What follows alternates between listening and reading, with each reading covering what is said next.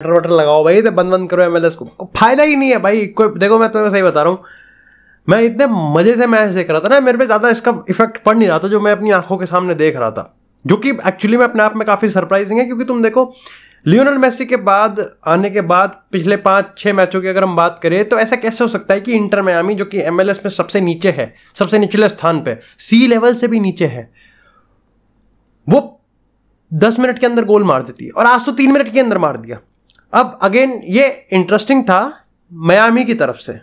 जब मैं इसके रिगार्डिंग टिप्पणी पढ़ रहा था तो मेरे को पता चला कि फिलाडेल्फिया इस डेकेड की, यानी कि 2020 के बाद का जो भी जितना भी है, गोल स्कोर्ड में, गोल कंसीडेड में, यहां पर नंबर ऑफ पॉइंट्स अर्न में बेस्ट टीम है एमएलएस की, बेस्ट टीम।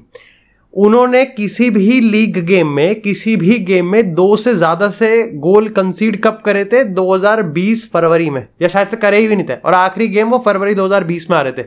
मेरे ख्याल से 2 से ज्यादा तो कभी उन्होंने करे ही नहीं है, और आखिरी गेम वो हारे थे यहां पर 2-1 से 2020 में।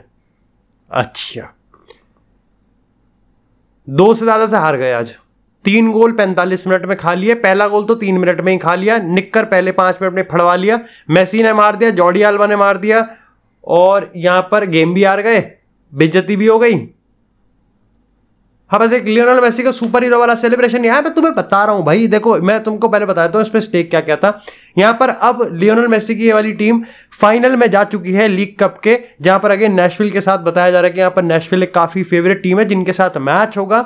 इसी के साथ भाई यहां पर वो कॉन्कैकाफ चैंपियंस लीग में भी यहां पर एंटर कर चुके हैं, और उधर से जो फाइनल में आएगा वो एंटर करेगा, और थर्ड प्लेस के लिए जो फाइट होगी वहां पर भी उसमें से एक एंटर करेगा। लियोनेल मेसी यहां पर टॉप स्कोरर बन चुके हैं। इसी के साथ यहां पर लियोनेल मेसी भाई 9 गोल मार चुका है, एंड ऑफ कोर्स भाई देखो मैं नहीं कह रहा, लेकिन जब ये होता है ना कि जब ऐसे मतलब इंटर मियामी को आप ऐसे तोड़ते हुए देखते हो, तो इस समय कहीं ना कहीं सोशल मीडिया पे एक बज़ क्रिएट होता है कि या तो मास्टर क्लास है या फिर ये रिग्ड है।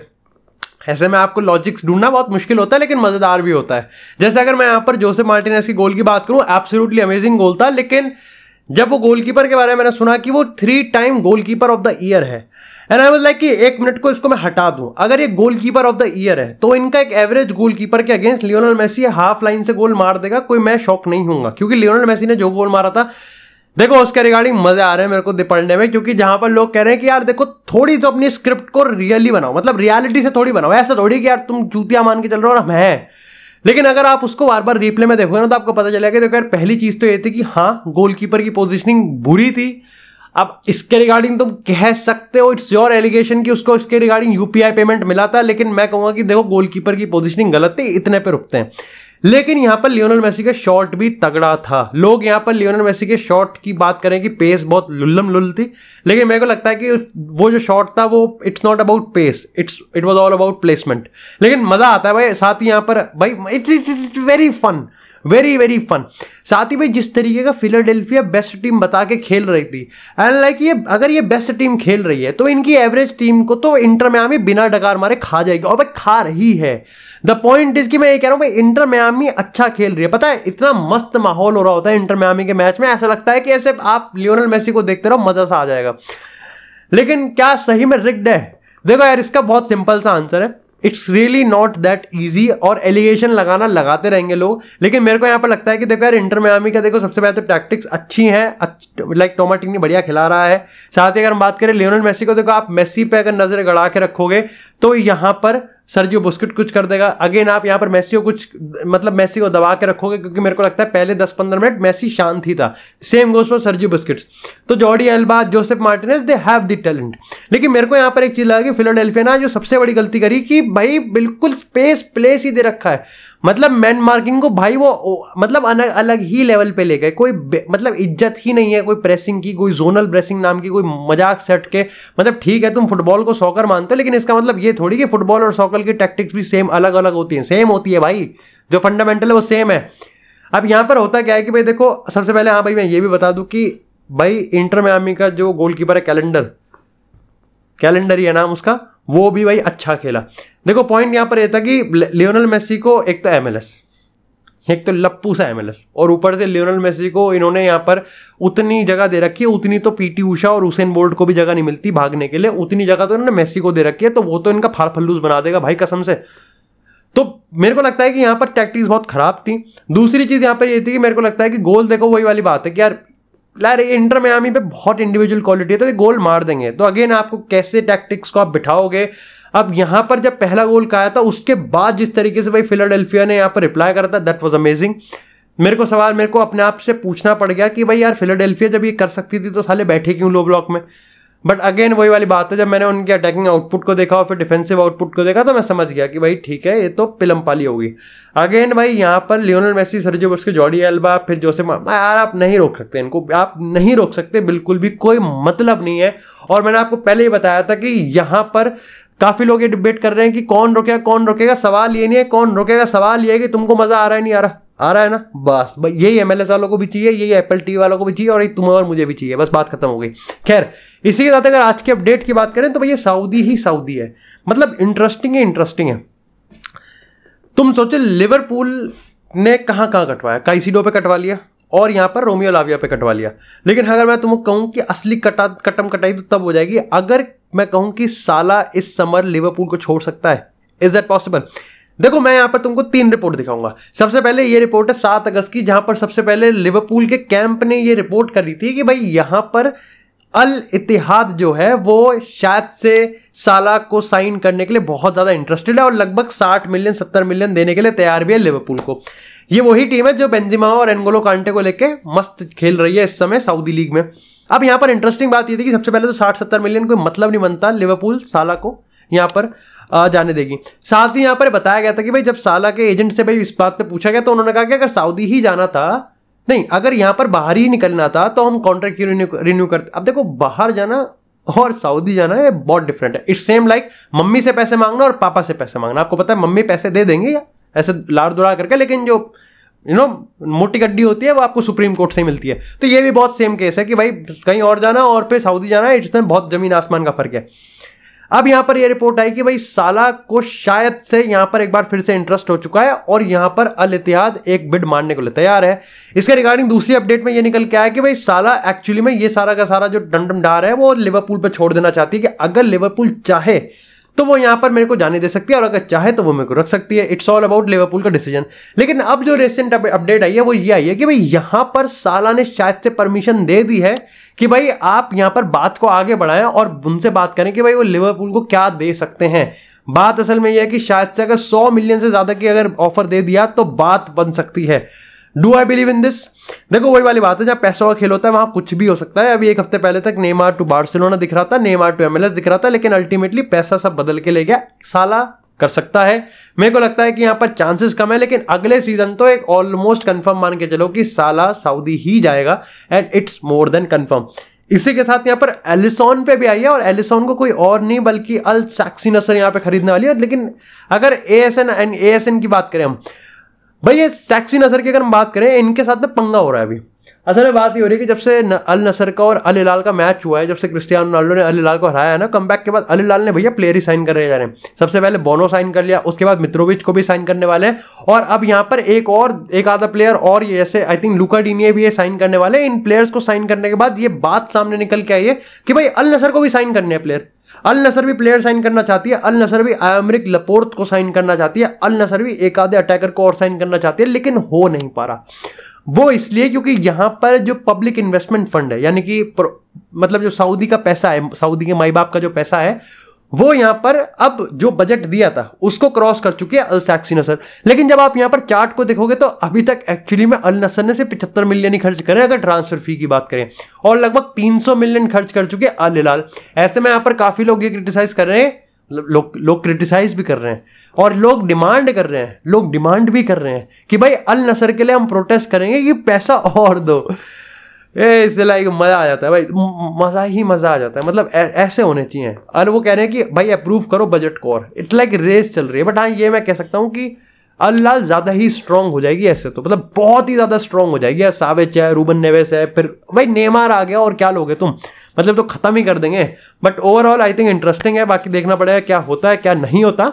इसी के साथ बात करते हैं कि भाई यहाँ पर हैरी मैग्वायर के साथ क्या हुआ है। भाई जो बंदा यहाँ पर वेस्ट हैम जाने वाला था, सब चीज डील भी हो गई थी। अब यहाँ पर क्या बात हो गई है, तो देखो यहाँ पर सबसे पहले एथलेटिक की रिपोर्ट की बात करें तो उन्होंने कोई खास इंफॉर्मेशन देनी, लेकिन उन्होंने कंफर्म कर दिया कि भाई डील इज ऑफ और मोस्ट प्रोबेबली हैरी मैग्वायर अब यहाँ पर मैनचेस्टर यूनाइटेड ही रहने वाला है। अब इसके पीछे के जो रीजन बताए जा रहे हैं वो मैं तभी समझ गया था जब इस डील की डिटेल्स आई थी कि भाई यहाँ पर मैनचेस्टर यूनाइटेड में वो कमाता है 180 और वेस्ट हैम में वो कमाएगा 100। ऐसे में यहाँ पर जो एक टर्म यूज किया था कि ब्रिज द गैप, वो मैनचेस्टर यूनाइटेड करेगी। अब मेरे को उस टाइम तो यहाँ पे बड़ा अजीब सा लगा, मैं कहा ब्रिज द गैप का मतलब क्या है? Okay, I found this on the web for tell me a bridge the gap will Manchester United check it out। मेरा केला खा ले। तो यहां पर ये बताया भाई, यहां पर इसका मतलब ये था कि भाई एक कंपेंसेशन पैकेज होना चाहिए, यानी कि 30 मिलियन जाएंगे वेस्ट हैम से मैनचेस्टर यूनाइटेड के पास, जो कि ट्रांसफर फी अलग कर दो। एक 100,000 पर वीक की सैलरी जाएगी मैग्वायर के पास, जो कि वेस्ट हैम जाएगी, चलो दूसरी चीज भी हो गई। लेकिन एक थोड़ा सा पैकेज जाएगा 15 मिलियन का मैनचेस्टर यूनाइटेड से मैग्वायर पे। ये दहेज लेंगे भाई हमारे, है वो क्यों? क्योंकि जाने के लिए पैसा चाहिए, मतलब इट्स लाइक कि मैं तुमको छोड़ के जा रहा हूं तो मेरे को पैसा दो, वो वाली कॉन्ट्रैक्ट बाय करने वाली बात हो गई। लेकिन अब यहाँ पर एरिक टेन हाग ने कंफर्म कर दिया कि भाई देखो ये बैठा रहेगा और ये अगर इसको आना है तो अर्न करे, और मेरे को लगता है कि ज्यादा नहीं खेलेगा, बिल्कुल भी नहीं खेलेगा। काराबाओ कप में खेल वेल गया तो बात अलग है, क्योंकि आप देखो अभी रिसेंट टाइम में भी लिंडलॉफ को खिलाया गया था, तो जो प्रायोरिटी लेवल पे है वो नीचे है। इसके रिगार्डिंग एक मस्त सी अपडेट आई है कि रियल मैड्रिड के लिए भाई वेट कर रहा है। नहीं क्यों रियल मैड्रिड के किसी चुनचुने ने काट लिया, मतलब अगर रियल मैड्रिड में जो भी मैंने तुमको बताया उसमें वेस्ट हैम को रियल मैड्रिड से रिप्लेस कर दो, बात तो वहीं की वहीं रह गई। हाँ ये अलग बात है कि शायद से ये हो सकता है कि वो वेस्ट हैम रियल मैड्रिड का ऑफर देखते ही मैनचेस्टर यूनाइटेड को एक आएगी, ठीक है अब तुम्हारे पैसों की जरूरत नहीं, मैं तो चला रियल मैड्रिड, बट फिर भी रियल मैड्रिड को कुत्ते ने थोड़ी काट लिया है, वो इतना पैसा देंगे ही नहीं। और दूसरी चीज भाई मतलब थोड़ा सा मैग्वायर के साथ प्रॉब्लम आ जाती है कि भाई मैग्वायर को बिठाना पड़ेगा, और फिर हमारे पास डिफेंडर्स हैं यार, अगर मतलब मैग्वायर यार प्रायोरिटी सेंटर बैक है, वो तो चाहिए कि वो इसी के साथ अगर बात करें यहाँ पर भाई जाओ फेलिक्स के साथ थोड़ी सीरियस मामला हो गया। देखो असल में अभी हो गया, एथलेटिको मैड्रिड ने एक मैच खेला था जिसको वो जीत गए 3-1 से, मोराटा ने भी गोल स्कोर किया था। It was very very good night at Wanda Metropolitano. हुआ ये कि भाई जो मैच में सब्स्टिट्यूट अनयूज होते हैं वो आते हैं भाई, थोड़ा ट्रेनिंग व्रेनिंग करते हैं और थोड़ा मनोरंजन सा करते हैं। ऐसे में बहुत सारे लोग एथलेटिको मैड्रिड के जो फैंस थे वो रुक गए स्टेडियम में, और वो यहाँ पर गाली वाली देने लगे। उन्होंने एंड की बहन की बाकी की बहन की करने लग गई वो जाओ फेलिक्स की, और ऐसे में यहाँ पर बीच उसमें ट्रेनिंग रोकनी पड़ी और जाओ फेलिक्स को वापस से अंदर लेके गया। ऑफकोर्स तुमको पता है यहाँ पर इस सिचुएशन ये था कि भाई एक बंदा यहाँ पर बार्सिलोना के रिगार्डिंग ऐसे कैसे कह सकता है, जो कि मेरे को लगा काफी ज्यादा वियर्ड भी था। अब इसके रिगार्डिंग लोग कह रहे हैं कि भाई जाओ फेलिक्स और अंसू फाटी का स्वैप हो सकता है। इसके रिगार्डिंग लेटेस्ट अपडेट ये है कि शायद से अंसू फाटी को कन्विंस करने के लिए यहाँ पर जॉर्ज मेंडेस को बता रखा है कि भैया काम तेरे को करना है। लेकिन मैं ये समझूंगा कि ऐसा क्यों है। सबसे पहले तो ज़ावी कन्विंस नहीं है कि जाओ फेलिक्स को लाया जाए। दूसरी चीज यहाँ पर एथलेटिको मैड्रिड मेरे को समझ में नहीं आता किस टर्म्स पे नेगोशिएट करेगी, loan with in option to buy और loan with in obligation to buy. साथ ही यहाँ पर अंसू फाटी क्यों बार्सिलोना का प्रोजेक्ट छोड़ के लाइक एथलेटिको मैड्रिड में जाएगा, वो भी मेरे को समझ में नहीं आता। तो मतलब कोई हिसाब ही नहीं है, मेरे को लगता ही नहीं है कि, और यहाँ पर ये प्रायोरिटी भी नहीं होनी चाहिए। साथ ही जाओ कैंसेलो की बात करें, ये भी डील अब टूटती हुई दिख रही है। इसमें हुआ यहाँ पर ये कि भाई लोन पे लेना था जाओ फेलिक्स को और फिर 25 million with in option to buy लेना था। अब यहां पर मैनचेस्टर सिटी ने करा कि यार देखो ऐसा है मामला कि पहले तो कर दिया कि भाई 45 मिलियन चाहिए with in option to buy. अब उस ऑप्शन टू बाय को तो हटा दिया और ऑब्लिगेशन टू बाय कर दिया कि नहीं लोन पे ले रहे हो तो खरीदना तो पड़ेगा, लेकिन वो भी आप 60 मिलियन में।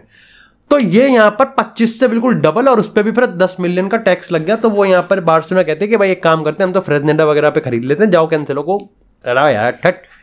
इसी के साथ अगर बात करें यहाँ पर अब थोड़ी सी फ्लैश न्यूज की, देखो सबसे पहले तो ये बताया गया भाई कि केपा के अगर रिसेंट इंटरव्यू की बात करें जो कि उन्होंने अपनी प्रेजेंटेशन में दिया है, बंदा भाई मतलब जब दिल से बात करता है ना वो प्यारा लगता है। उसने कहा कि यार देखो मैं ऐसी परफॉर्मेंस डालने के लिए कोशिश करूंगा जिससे रियल मैड्रिड मेरे को खरीद ले। भाई इट शोज कि उसको पता है कि इस जर्सी की वैल्यू क्या है। इट शोज कि भाई उसको पता है और वो अपना ड्रीम जी रहा है, and I think we should give him a chance. लोग इस पे भी हेट कर रहे हैं और लोगों की एंड की बैन की। इसी के साथ अगर सर्जियो रैमोस की बात करें तो भाई सर्जियो रैमोस ने यहाँ पर लीगा एमएक्स यानी कि मैक्सिकन लीग की यहाँ पर एक क्लब को रिजेक्ट कर दिया है। 8 मिलियन की सैलरी रिपोर्टेडली ऑफर की गई थी, लेकिन उसको भी रिजेक्ट कर दिया गया है। तो यहां पर आप कह सकते हो अभी भी ऐसा पता चल रहा है कि शायद से अल हाली ही वो क्लब होने वाला है जो कि सर्जियो रामोस के लिए यहां पर साइन ऑफर डालेगा और साइन कर लेगा। MLS मेरे को नहीं लगता है यहां पर कि MLS कर सकता है, क्योंकि वही इनका स्ट्रक्चर ही बेकार है। इन्होंने अपनी सारी जानवान सब निक्कर विक्कर पेटीकोट ब्लाउज सब बेच दिया इन्होंने मेसी को साइन करने में। अब इनके पास कुछ नहीं बचा यहां पर, या फिर सही बताऊं तो इन पे पैसा बहुत है लेकिन इनकी नीयत नहीं है, या फिर इनका कोई प्रोजेक्ट ही नहीं है उस वे में जिस वे में सऊदी बिल्ड कर रहा है। बाकी डू लेट मी नो कि आपके हिसाब से किस तरीके का यहाँ पर सऊदी का प्रोजेक्ट और MLS का प्रोजेक्ट डिफर करता है और किसका बेटर है, ये मेरे कमेंट सेक्शन में जरूर बताना। बाकी that's it for this episode guys. I hope आपको एपिसोड पसंद आया हो। एपिसोड पसंद आया तो एपिसोड को लाइक करें, चैनल को सब्सक्राइब करें। आपको इसी तरह फुटबॉल से रिलेटेड एक्सक्लूसिव कंटेंट चैनल पर मिलता रहेगा। तब तक के लिए stay tuned, stay safe and I will see you guys in the next episode.